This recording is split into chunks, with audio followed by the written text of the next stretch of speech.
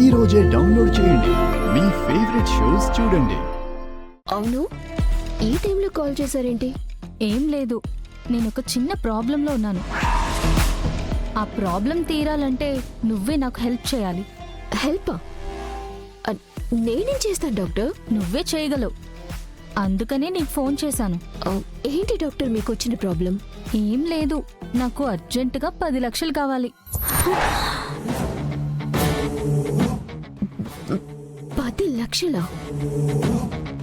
10 లక్షలు నా దగ్గర ఎక్కడుంటాయి డాక్టర్? సహస్ర, నీ దగ్గర ఉన్నా లేకపోయినా ఎవరి దగ్గరైనా అడిగైనా నువ్వు నాకు డబ్బులు ఇవ్వాలి. ఏంటి డాక్టర్, రిక్వెస్ట్ చేస్తున్నారా, డిమాండ్ చేస్తున్నారా? నీకు ఎలా అర్థమైతే అలా అనుకో. బ్లాక్మెయిల్ చేస్తున్నారా మీరు? ఇది బ్లాక్మెయిల్ కాదు సహస్ర. నీ అవసరానికి నేను హెల్ప్ చేసినప్పుడు, నాకు అవసరం ఉన్నప్పుడు నువ్వు హెల్ప్ చేయడం అంటారు. మీకు ఆ రోజే 10 లక్షలు ఇచ్చాను, మళ్ళీ 10 లక్షలంటే ఎలా ఇవ్వగలను? నా వల్ల కాదు. సరే, నేను మీ ఇంటి దగ్గరే ఉన్నాను.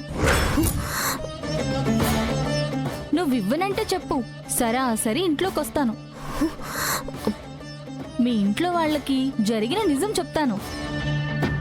తర్వాత జరిగే పర్యవసనాలకు కారణం నువ్వే, నాకేమీ తెలీదు. డాక్టర్, మీరు చేస్తుంది కరెక్ట్ కాదు. నువ్వు చేసింది కరెక్టా? నువ్వు మీ బావని ఎంత మోసం చేసి పెళ్లి చేసుకున్నావు? అదేమైనా పద్ధతిగా చేసుకున్నావా? ఇవన్నీ కాదు, నాకు వెంటనే 10 లక్షలు తీసుకొచ్చిస్తే ప్రాబ్లం ఏమీ ఉండదు, లేకపోతేనే ప్రాబ్లం అవుతుంది. సరే సరే, ఇస్తాను.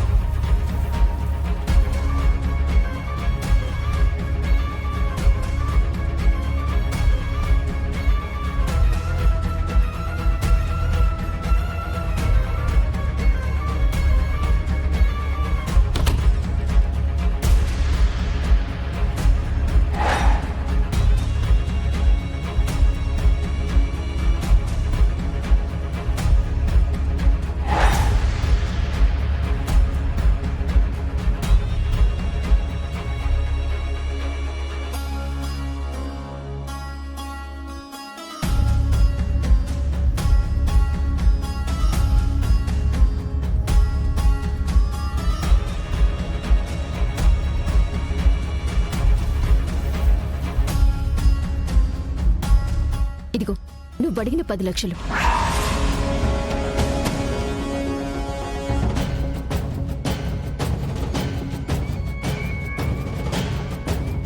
నువ్వు అడిగినంత డబ్బు నీకు మళ్ళీ ఇచ్చాను, కానీ నాకు ఇంకొకసారి డబ్బులు కావాలని ఫోన్ చేయకూడదు.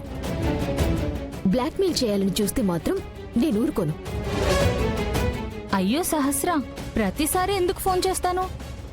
నాకేదో అత్యవసరం ఉంది కాబట్టే కదా నీకు ఫోన్ చేసి సహాయం అడిగాను. ఈ అత్యవసరాలే ఇంకోసారి నీకు రాకూడదు. వస్తే నేను ఏం చేయాలో నేను ఆలోచించాల్సి వస్తుంది, అది గుర్తుంచుకో. సర్లే, నేనొస్తాను.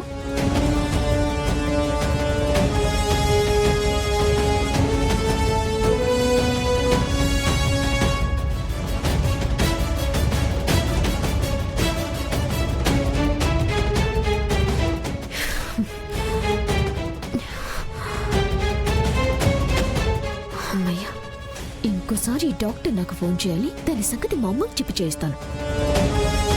అమ్మతో ఆ లక్ష్మి ప్రెగ్నెన్సీ గురించి మాట్లాడాలి.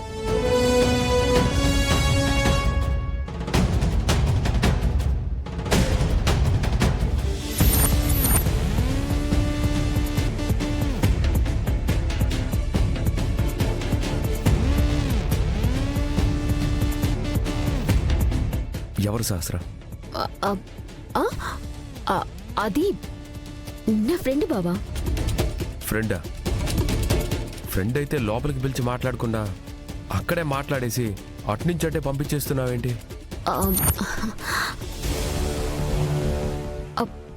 అది బావా, తనేదో పనుండేటొచ్చింది. నేను లోపలికి రమ్మని పిలిచాను. ఈ లోపు తనకేదో అర్జెంట్ ఫోన్ కాల్ వచ్చింది.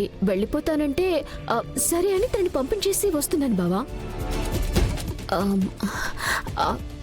సరే బావా, నాకు చిన్న పనుంది, వస్తాను.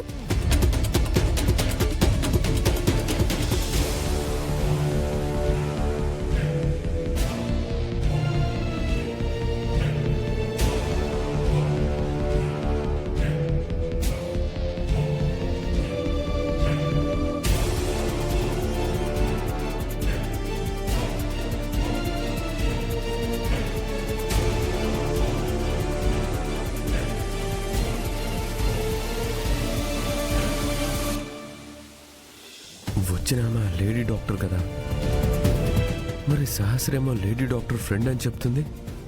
అప్పుడు కూడా డొనేషన్కి ఇచ్చింది. సహస్ర కంగారు చూస్తుంటే ఇదేదో ఖచ్చితంగా తెలుసుకోవాల్సిన విషయం అనిపిస్తుంది.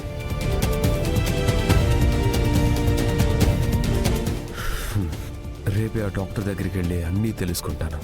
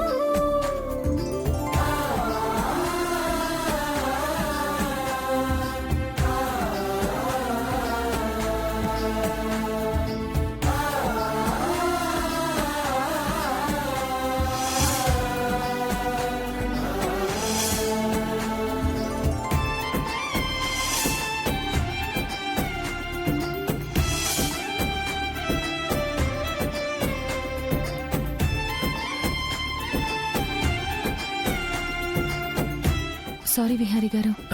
నేను కూడా చూసుకోలేదు కనకం. చాలా థ్యాంక్స్ విహారీ గారు. అదేంటి చూసుకోకుండా డాష్ ఇచ్చినందుకు ఇప్పుడే సారీ చెప్పి వెంటనే థ్యాంక్స్ చెప్తున్నావు? నేను థ్యాంక్స్ చెప్తుంది చూసుకోకుండా డాష్ ఇచ్చినందుకు కాదు విహారీ గారు, మీరు నాకు ఇచ్చిన అపరూపమైన కానుకకి.